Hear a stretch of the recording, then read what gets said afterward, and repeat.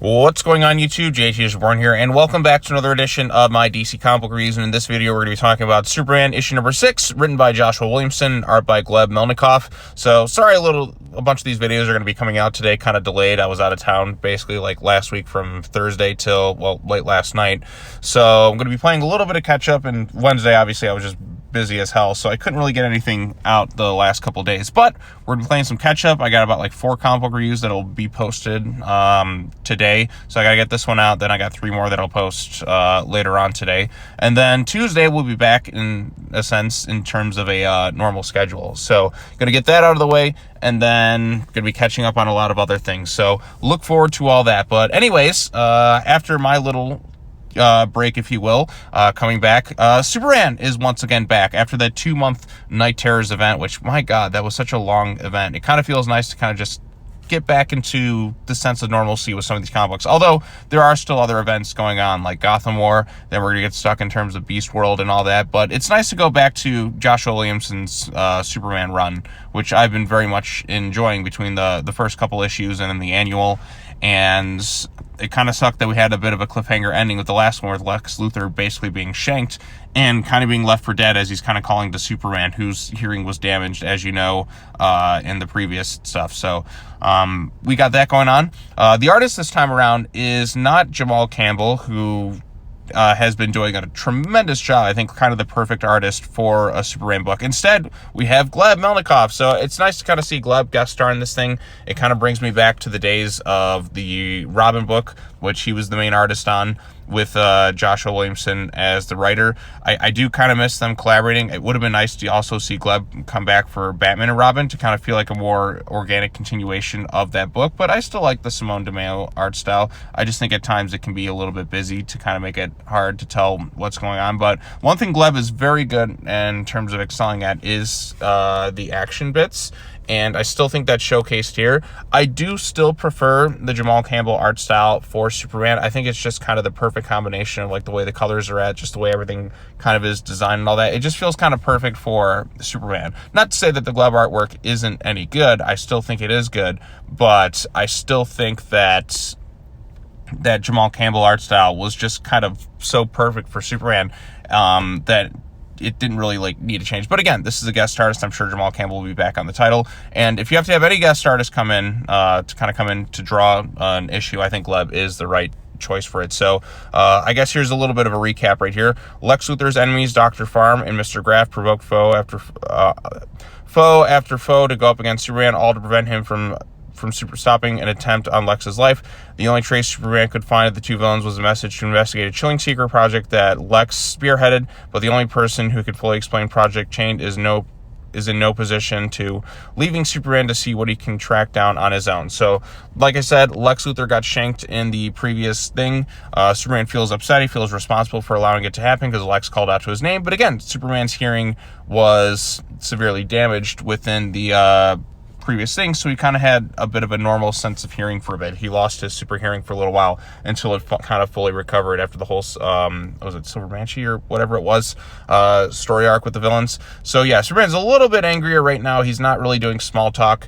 He's trying to get down to business. Lois is also feeling the stress of also being kind of the boss right now of the Daily Planet, so you got that going on. And then you have the stuff at Supercorp with Superman working with Mercy Graves, and there's a very funny way that like they get this information across where he has to Superman finds out about a secret prison that's Lex Luthor had kind of built to kind of keep a prisoner, and this prisoner we later find out is someone known as the Chained, and Superman tried to go free them because he views this as not being right. It's kind of like a Phantom Zone thing where they're incapable of kind of like doing anything, but this Chained guy is really powerful. He kind of turns everything against Superman and is kind of crushing things. I mean, there's some great looking artwork. Like I said, Gleb excels in terms of action. I think this is some really good looking artwork sprinkled throughout the issue, and then it kind of ends on a bit of a cliffhanger where the Chained, if you will, is off going to unleash hell on Metropolis, and Lex Luthor finally wakes up from his emergency surgery,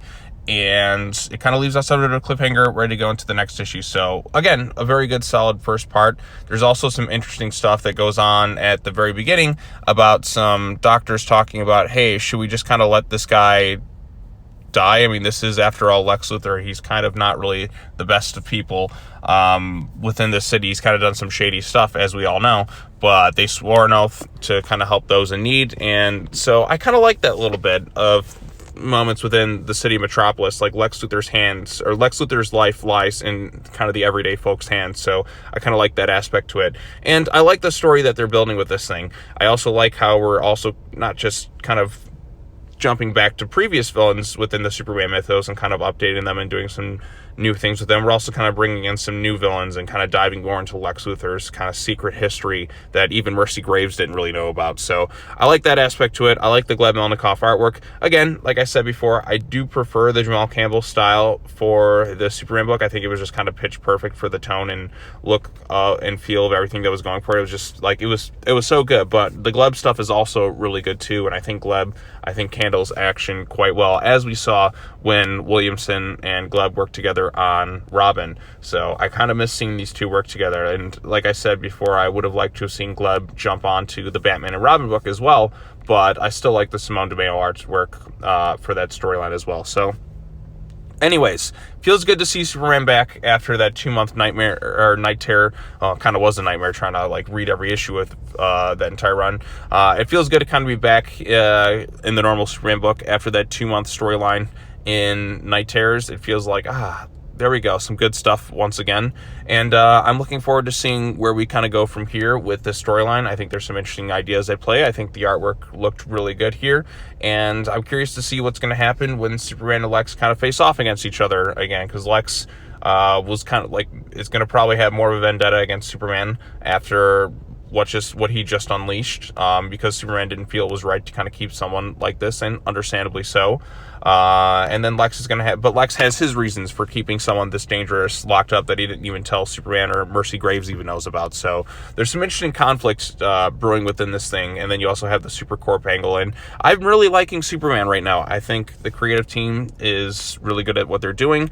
As I've stated before, I think Williamson works at his best when he has like a smaller character focused story to work on, as opposed to these big gigantic events. I don't think the big gigantic events are like his best stuff, but the stuff like Robin or Superman right now, or even like his run on the Flash, like this kind of smaller moments are where he's at his best. So I like it. I think we're in a good state in terms of Superman comics right now between this and Action Comics, and I'm looking forward to seeing where we go from here. So yeah, that's all I really have to say about this particular issue. If you have any thoughts on Superman number 6, let me know what you thought of it in the comment section down below. Once again, I will be back later on today to cover the remaining issues I missed. I think that includes Titans, that includes like World's Finest, Batman, Superman, and like the World's Finest Teen Titans from like 2 weeks ago or something like that. So yeah, I'm playing some catch up right now, and I'll be all caught up today, and then I'll be ready to go for tomorrow's and Wednesday's new comic book. So we got some DC stuff. There's a new Godzilla comic book coming out this week, and then after the movies will be back. So yeah, I'm going to be playing some catch up right now, so look forward to all that stuff. All right, well, that's all I have to say. As always, take care now. Bye bye then, and I will see you all in the next video. Peace.